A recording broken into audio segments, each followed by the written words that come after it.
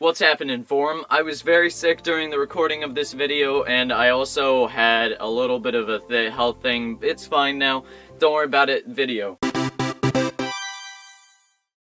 One of the common narratives I've seen on the World Wide Web has been that Nintendo is back! That the company epitomizes the hero's journey. For as long as we can remember, they've been down on their luck after some huge success and optimism. What with the general failure of the Wii U in the long run and the 3DS, initially anyway, investors dropped off from the company and pressured for changes that Nintendo wasn't delivering on. They lost the face of their company, Satoru Iwata, to a tumor in his bile duct in 2015. Nintendo was, by all accounts, doomed. Until Kimishimi took over and hearkened to the return of Nintendo. From the heavens came the Switch, and with it an abundance of masterpieces that blessed the gaming community. With new mobile titles, better relationships with fans, and huge revenue sources, stocks are up and the business is booming. Nintendo is back. Yes, yes! Rejoice and go tell it on the mountain, make straight the way of the Lord. Happy Nintendo Day! Except this story isn't exactly as black and white as it might appear. Truth be told, Nintendo isn't back.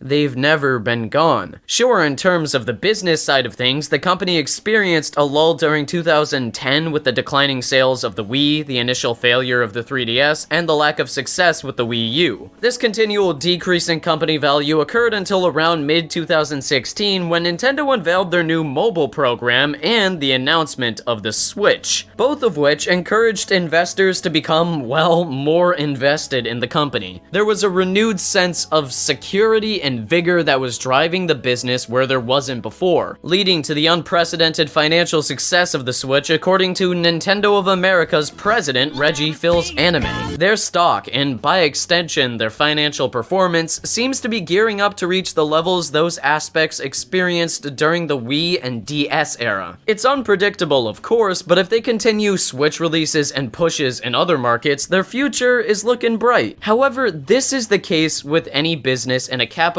globalized economic system. Every business experiences some success, and then inevitably that wonder wears off and they experience a bit of failure where they thought they'd find success. This is nothing new. Sony had this with the PS Vita. Microsoft had this with the Xbox One X, I guess. In terms of analyzing market trends and formulating inferences based on those, Nintendo made an error that they had to deal with by making the most out of the situation, learning from it, and constructing a new plan of attack for their business. I think asserting that Nintendo's back due to this period of failure is an oversimplification of the real account of their history. They're doing a lot better than they have been in about 7 years, but again, they never went away. While the Wii U was a financial disaster, it's important to acknowledge that Nintendo, for the most part, stuck around with the console and still tried their best to develop games that might yield a financial return. Despite many skipping out on the Wii U, which is a nicer way to put it, I suppose, that didn't mean Nintendo lost their way entirely, because during that era, I'd argue, some of the best Nintendo titles emerged. Basically, the whole library of 3DS games was released during the Nintendo Dark Ages, patent pending, which included such innovative, legendary experiences like, you know, Garfield Kart for the 3DS. I'm gonna beat this fucking joke into the ground! You're gonna sit here and tell me that Garfield Kart was released during a time where Nintendo left? Sorry, that's simply untrue. You have to understand, this was symbolic of those times. Garfield Kart was the light and the night that illuminated these years, gleaming upon other still great titles like Luigi's Mansion 2 Dark Moon, Animal Crossing New Leaf, The Legend of Zelda A Link Between Worlds, and Fire Emblem Awakening. Say what you will about each of these 3DS games, but as divisive as they might be with regard to their individual quality, it's undeniably apparent that they also paved the way for their respective franchises to regain passion and adoration. New Leaf brought Animal Crossing back into the public light and repopularized our favorite life simulation, selling 6 million more copies than City Folk did on the Wii. Luigi's Mansion 2 brought back one of the scariest, traumatizing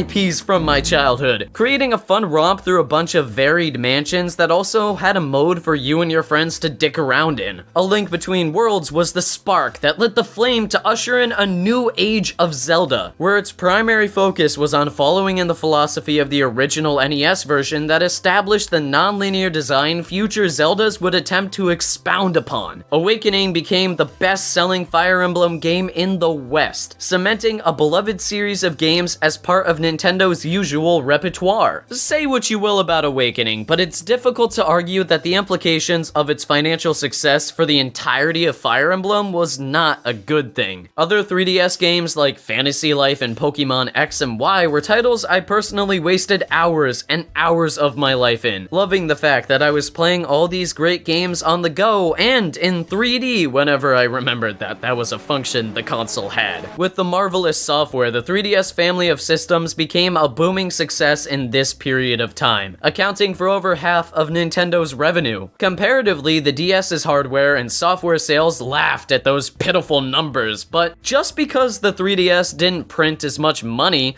didn't mean Nintendo wasn't still on their game, no pun intended. I don't know about any of you, but saying Nintendo wasn't here for their fans with the 3DS is a bit disingenuous, and discounts an entire generation of games myself and many others found so much entertainment in. See, the existence of the 3DS and its interesting and grossing software is evidence alone of Nintendo still pumping out the quality they're known for. The same can loosely be said for the Wii U. Yes, the Wii U was a financial flop, even Nintendo acknowledges that, but why do arbitrary sales numbers come to determine our opinion of that console and its games? Why do we value high numbers so much, and why do we let them warp our perception of if Nintendo is here, there, or there? I will defend the Dust Collector U until the day I die. I once wrote a 5-page essay for one kid who used to tease me for liking the console when I was like 14.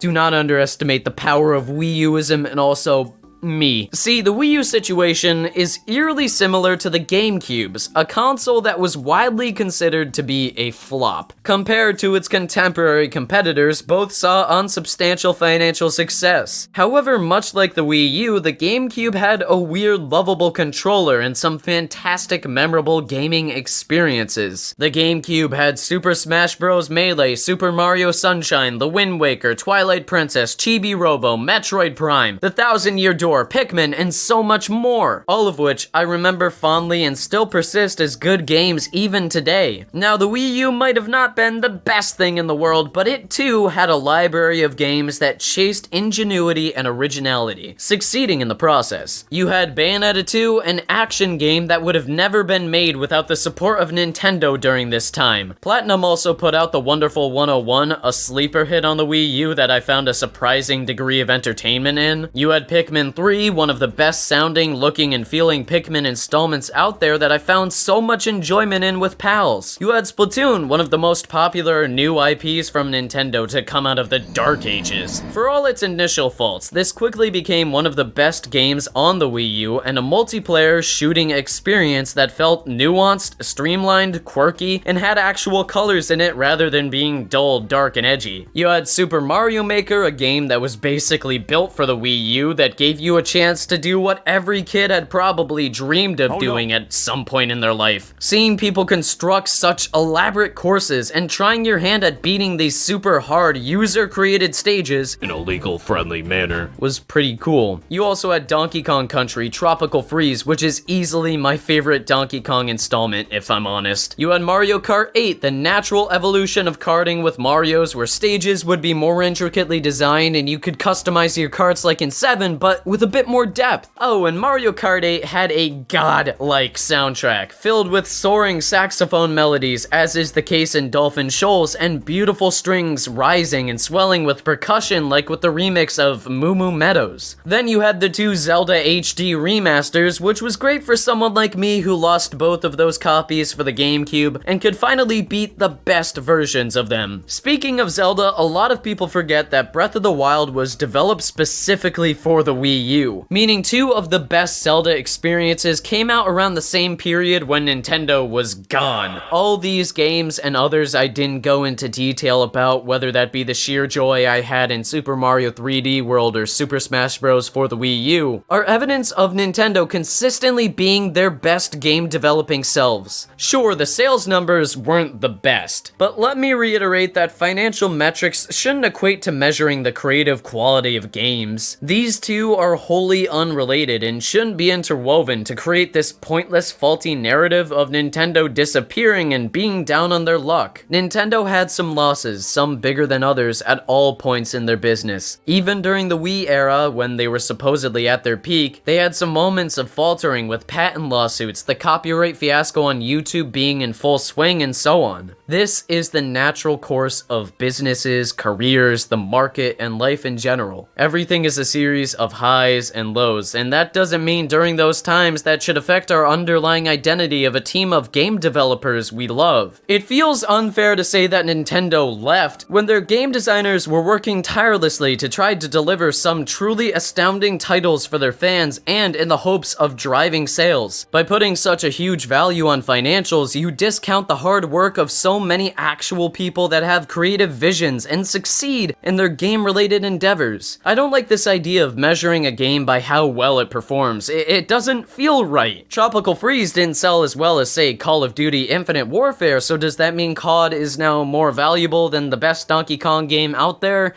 Yeah, no. I really don't like this idea of measuring the quality of a company, including its products, by how well it performs in a market. I think it's awesome that Nintendo is doing well financially, even despite the fact they've left me on red for the whole year. I like to see game developers I love get more capital to incentivize better and more frequent games. It benefits both consumers and developers in the end, because you get to play more amazing titles and they get to keep having their jobs. But saying that a company loses its way, loses its identity when it doesn't live up to insane numerical standards is a little silly, don't you think? Doing a meritable critique of a company's business practices and performance is fine, but judging a company's identity solely off of numbers is where it becomes... Anyways, Hi, hey docs, Vinesauce here. During the recording of this video, I found a thread on Reddit that covered a similar topic on the r/Nintendo subreddit. If you're interested in learning more about this, hearing different perspectives on the matter, be sure to check that out. It's in the description below. Anyways, thank you for watching, thank you for your continued support, and hopefully we'll get back on the train in 2018 soon.